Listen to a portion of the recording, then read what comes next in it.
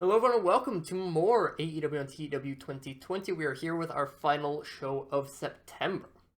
We begin with our tag team breakout tournament, as always, as the Hybrid 2 defeat the Lexing brothers, with members of the VIPs club, mainly the North, attacking the Lexing brothers.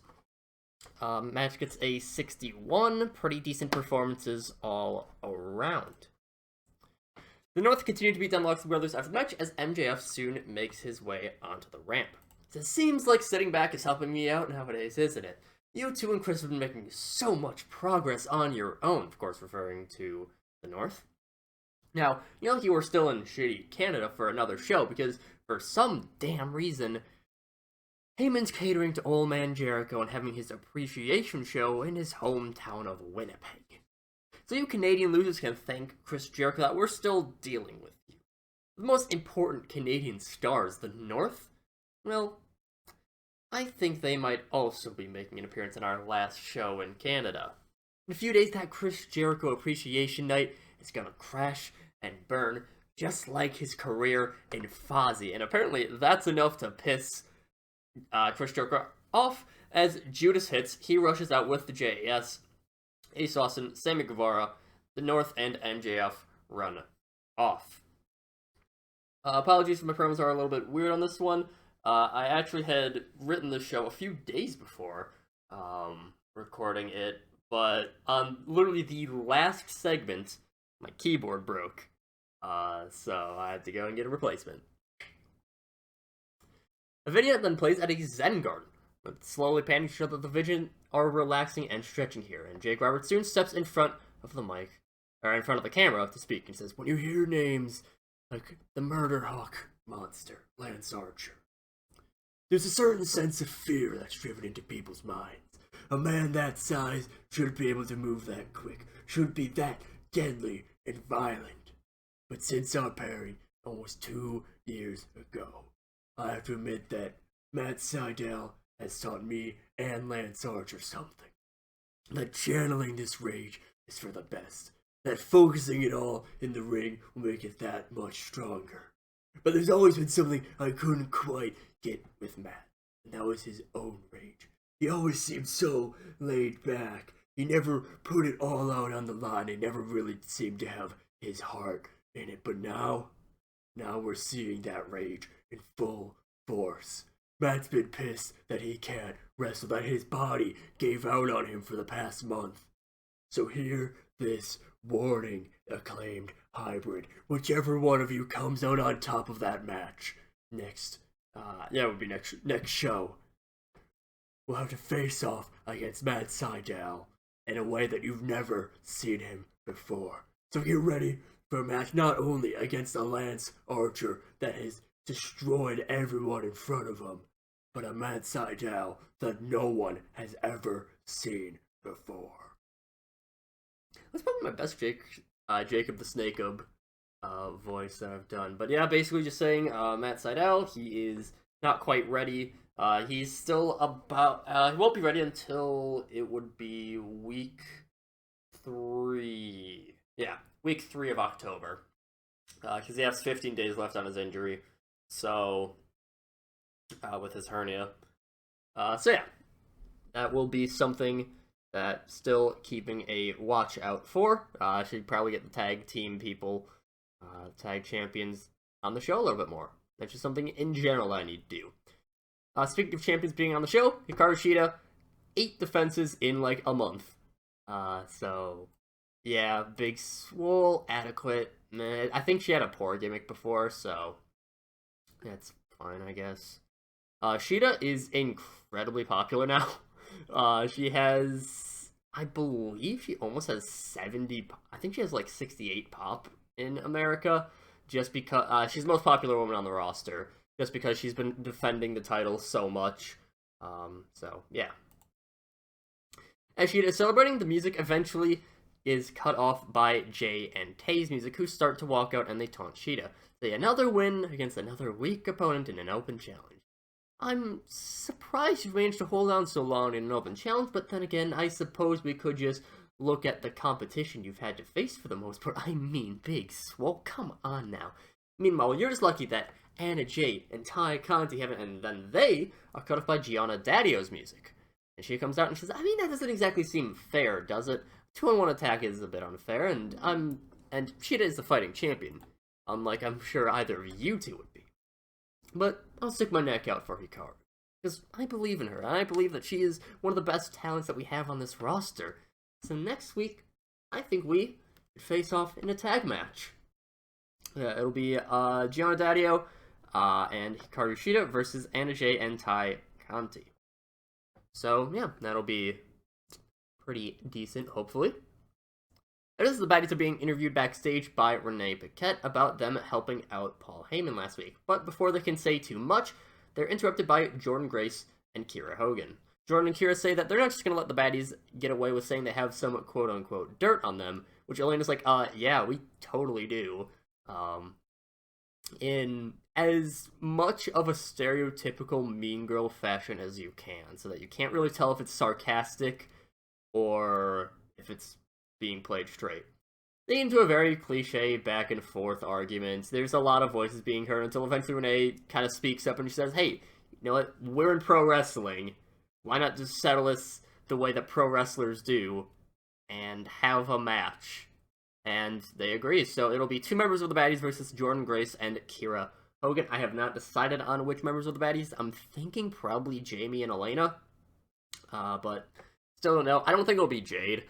Just because Jade is the most popular out of them. And I want to build this faction as a whole and not just have... I mean, Jade is the de facto leader, but I want to have it be sort of a everyone is equal. After this, Chris Bay actually gets a little bit of an upset win over Ricochet. An 80 rated match. Triple C picks up the win. This one I did have as a high spots match. So yeah. Following the match, Chris Bay is taunting Antonio Banks, which gets on Jonathan Gresham's nerves. Gresham was presumably at ringside for this. Gresham slides into the ring to face up against Bay, who is not scared of the current PWG Heavyweight Champion. And he keeps talking shit because I'm pretty sure Chris Bay is taller than Jonathan Gresham. This eventually leads to Gresham headbutting Bay before putting him in a figure 4 leg lock, which Bay quickly taps from.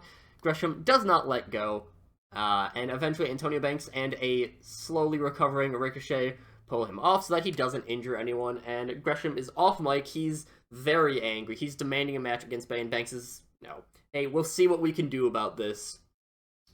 Don't hurt the talents, even though presumably the motivation, probably commentary would theorize that Banks is really pushing this so that they don't get fined.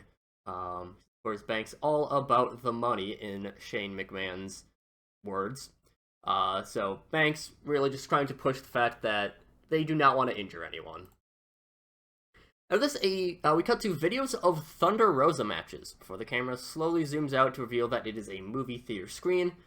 The only person in there is Mayu Iwatani, who I imagine she has almost maybe even a few notebooks, but she's just writing down notes. And the Mayu that's on video isn't talking. This is presumably just a voice over afterwards, because right now Mayu is focused in on the matches that she's watching, on the notes that she's taking. It's just Thunder Rosa. Maybe you're right that you're someone who has nothing to lose. And no, it's not exactly something that I've had to deal with. I mean, all throughout my career, I've been positioned as someone at the top of whatever division I'm in. But I didn't just co-spy on that reputation. I didn't just get that handed to me, and I didn't just take it as handed to me. I had to take advantage of those situations, like you did at All Out. Maybe you're better at me, I don't know. But if you think that I'm just sitting at home as a champion, doing nothing, sitting back, relaxing, you would be wrong. Every day I'm working towards being the best of the best in all of pro wrestling, spending hours watching footage to see what other people can do, what I can do better. And at Full Gear, I expect your best, because I'm going to give my best, because I think that's what you deserve. And at Full Gear, I don't want you to disappoint. Mayu is, I feel like Mayu could eventually be, with this gimmick, one of those people that's almost annoyingly babyface. Mayu is just 100% babyface. She is the most white meat babyface. Not to the point of being dumb. I don't want to go into that trap of all baby faces are dumb, because it is very easy to do, but still. After this, CM Punk defeats Darius Martin. CM Punk, I don't feel like has ever used a moonsault. Darius Martin does crack his tailbone. That's fine. Thank you, Arn Anderson. Backstage heat on CM Punk? Never. That was just a real quick match, and then we go backstage where we see Christian walking around. Eventually he calls for someone's attention, camera pans, shows that it's El Hijo del Vikingo, who is accompanied by Brand Eagle Eye. And Christian says, "Hey Vikingo, you're with Brand, I see." So I know that he's trying to get you to go after that Viking heritage that you have in your name, and that's cool and all, but I think that if you want to perform better in pro wrestling and really get to the top of pro wrestling as a whole, there are a few better options, and he's obviously alluding to himself, but Vikingo looks like he's about to say something, but Brand actually stops him. He says, "A man like you could never understand what Vikingo must put himself through. I know Vikingo is a fantastic wrestler, but there's something that you need to learn, Christian Cage. That is that the knowledge of a wrestler will not always lead to success on the world stage. You must learn this, Cage. That not just the knowledge of a pro wrestler." Yeah, you said that. Vikingo will decline your offer.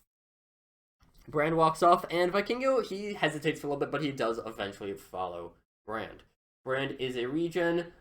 He is pretty much just trying to get Vikingo more in touch with that Vikingo part of his name. Yeah. Cody Rhodes then appears on a vignette at his house, and he says, "Next week on Rampage, we end our Canadian tour with our first show back in the States. What better way to celebrate the return to America than with the United States Championship match? After looking at our rankings, I am seeing that the best match that we have available to us is against Antonio Lautens, despite his loss recently. I don't worry about it. It's fine. So that will be set as our main event. Again, don't worry about the fact that he just lost. There's probably some explanation about how, because Devitt brought in someone to help cheat the match, whatever, it's fine. After this, Bronson Steiner and Nat Murphy defeat the Von Erichs with a Steiner recliner. They have excellent chemistry together, which is pretty interesting to note. Poor gimmick, that's fine. It is extremely marketable.